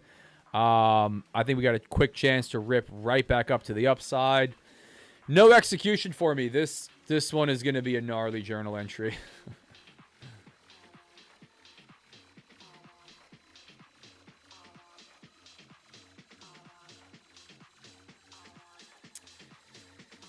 Disappointing execution on this one. Really disappointing lack of execution on this one, if I do say so myself. Don't know that I'm gonna want this on a second push lower. No, I'm not. I think that's gonna be a really nice push right back into this initial balance, potentially right back up towards that VWAP. We come back down through this low, it's just going to look like a continuation, in which case I'm not going to want it. This was the entry right in here near the 50s. I did say once or twice that I wanted to see the 50s get taken. We left quite a bit of liquidity here on Bookmap, but this was a good spot. This was a good spot. Frustratingly messing with audio and music instead of paying attention to my zone getting tapped into.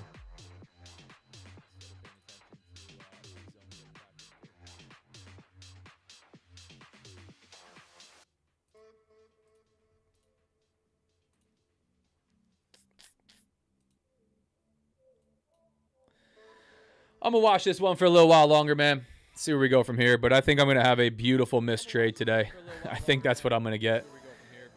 I think I'm going to have a really, really, really clean missed trade. I think that's what I'm going to see today. Crazy.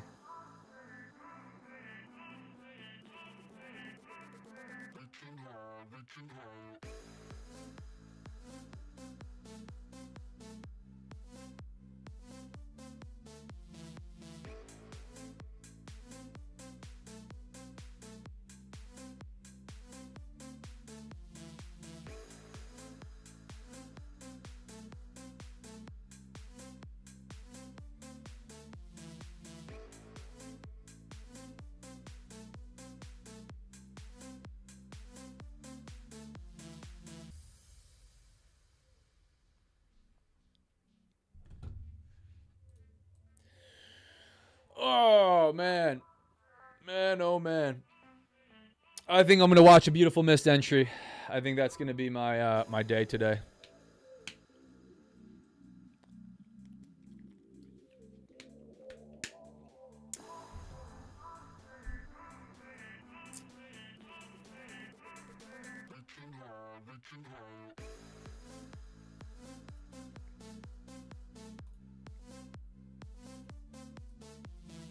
Damn.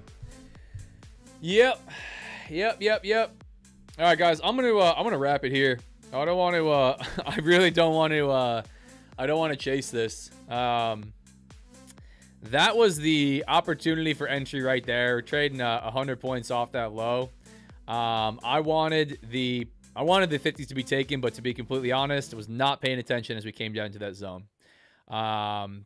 For some reason, music dropped off. I thought audio dropped off. Playing around with OBS, playing around with YouTube, playing around with different streaming music instead of paying attention to the chart in front of me as we got close to an entry level there. So that's going to be my initial recap of this. Now, Interested to see if we pop higher, 200 points, go back to VWAP. It's going to be a beautifully missed trade. If we sell off through the low, maybe I get lucky by missing an entry that wouldn't have worked anyway. But either way, I don't like to miss a trade, whether it ends up being a winner or a loser. I don't like to have anything that I journal as, hey, you waited patiently, and then for some reason you didn't execute. Anyway, you guys want to hop into the 100% free trading Discord? Here, let me do the link. Let me do a link, man. Let me do the link. Links in the chat to everything, guys. RealDealFutures.com. Boom. Boom. Links to the 57.5% off with code RDF are in there as well. Links to IG, which I'm going to be doing more stuff. Was talking about that. Going to be doing more stuff on Instagram coming up. Having some fun there. More chances for giveaways. But there's going to be some stuff exclusive to IG, which is going to be pretty fun. Try to build that out. Anyway, guys. Fun trading session, just kind of slow, choppy. Waited patiently for this to hit a level to potentially try long back in. We'll see. I'm gonna have to look back on this one and say missed trade. I should be in this one, whether it ends up being a win or a loss. But we'll see. Maybe I saved myself a good loss, right? But either way, I don't really like that to happen.